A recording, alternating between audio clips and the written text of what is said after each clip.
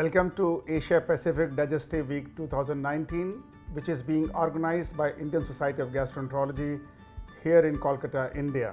I am Pramod Garg. I am a professor of gastroenterology at the All India Institute of Medical Sciences, New Delhi. And this afternoon, I have the pleasure of having with me Professor Ashok Saluja, who is the director of the Sylvester Pancreatic Cancer Research Institute, Senior Associate Dean of University of Miami, Chairman of Department of Surgery, and an eminent pancreatologist. Welcome, Professor Saluja, to this session.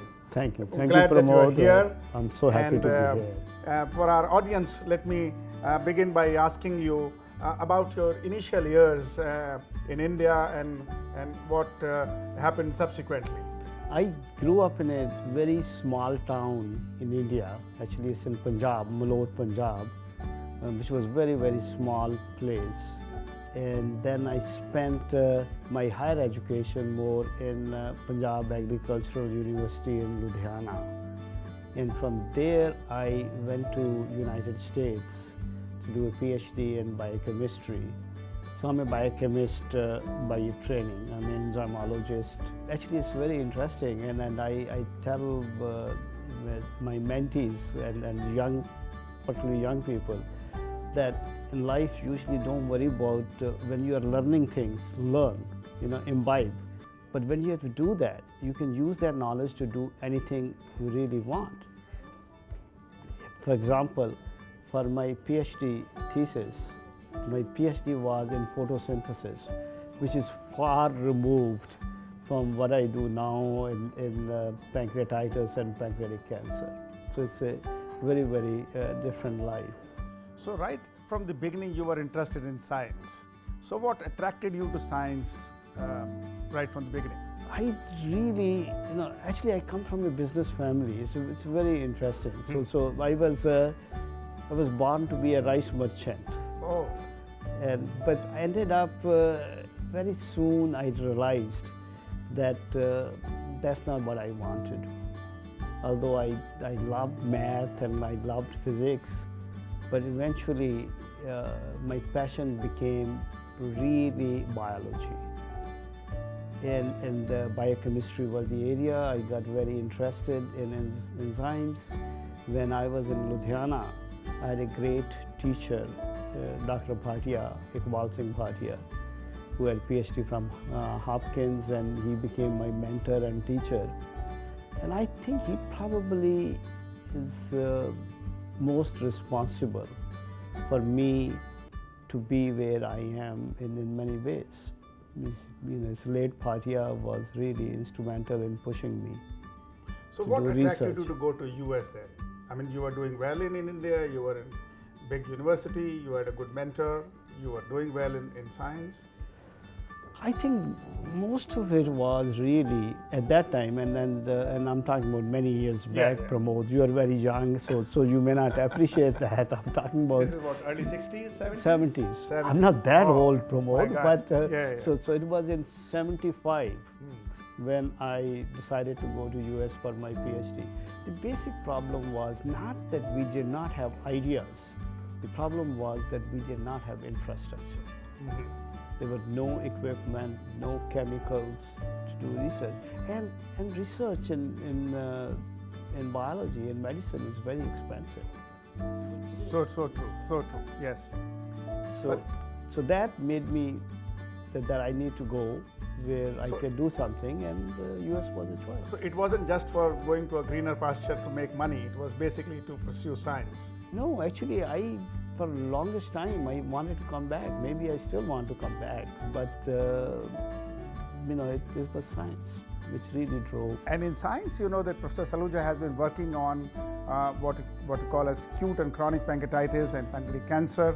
And let me now ask him about his research over the past about 40 years that he has contributed greatly to the development of this specialty. Tell us something about your science. So I moved from photosynthesis, and it was more serendipitous that I ended up, actually I wanted to go to Boston. Boston was my passion. I wanted to work for, Harvard. So I for one reason or the other, I ended up working for Harvard Medical School for more than 20 years. And that's where I started. From photosynthesis, I switched to pancreas. So the group I was working with and I started was interested in pancreatitis. So pancreatitis, it's really, obviously you are the expert in that area, is a very dreadful disease. This year in US alone, there will be 250,000 patients which will be hospitalized. So what are your research highlights? So what we have shown that in pancreatitis, the onset of disease, the pathogenesis, the disease starts by activating these enzymes, which are useful enzymes. They digest our food, but they start digesting your pancreas. They become activated in pancreas. And so I know you are the inventor of co-localization theory of pancreatitis. Well, that's one of our hypotheses, that because the lysosomes and enzymes are co-localized and trypsin is activated, and for many years there was and is probably a paradigm that how pancreatitis starts.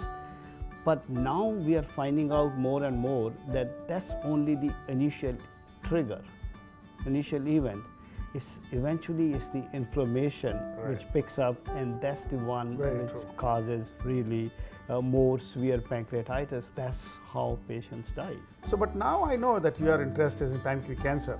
So tell us about your highs in research in pancreatic cancer, and I know you are doing wonderful work there. So it's a very interesting how I got interested in pancreatic cancer. So I was a pancreatitis researcher, and we found in late 90s that if you upregulate a protein known as heat shock protein, if you upregulate that protects against pancreatitis. That the pancreatic acinar cells, which during pancreatitis die, if you upregulate this protein, the cells don't die. So it's a protective protein. And then we started thinking that in pancreatic cancer, the cells don't die. That's the basic fundamental problem in cancer, that there's a unimpeded growth of cells. So now you have developed some drug which is in clinical trials, I'm told. So based on that, we found that heat shock proteins are way upregulated in cancer. Oh. And then we said, if that's the case, then if we inhibit this protein, that should kill pancreatic tumor cells and decrease pancreatic burden. So we developed a new inhibitor, because there's no inhibitor for heat shock proteins. Even today, there's really no inhibitor. We were the first one to show that a compound which we named Minelide, because I had moved from Boston to Minnesota at that time. So we named this compound Minelide. So you think that in future we are going to have an effective therapy for pancreatic cancer or maybe some other form of cancer? That's your hope for the future? I think hope is around the corner. I think I'm very hopeful, I'm very optimistic that Minelide will make a difference. So any message to the Indian young scientist that you have? You are someone who has made it big. Well, I'm not sure I'm big, but I think whatever success I have is because of the mentees. I had in my lifetime at least maybe about 100 young people who have worked in my lab, in my group, and fortunately many of them are from India. So you are a truly Indophile then? I am truly Indophile. So what message would you give to a young researchers to succeed in life?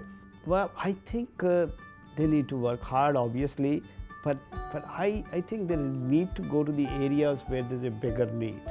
Obviously, I'm selfish, and I really think that there's a big need of young people to make a difference in pancreatitis and pancreatic cancer.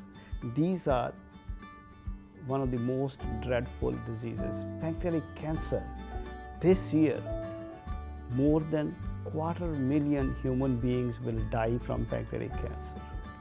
And it's increasing. It's every year there are more and more, and there's no treatment. So I think for young people, not only there's a need, that's an opportunity for them to get into that where they can make a mark, make a difference. And if they need to go, you have the lab to offer to them. Well, we welcome all young people, and if they are from India, that's even plus. Thank you very much, Professor Saluja. It was a pleasure talking to you. Thank you, and, Dr. And thank you that you could make it.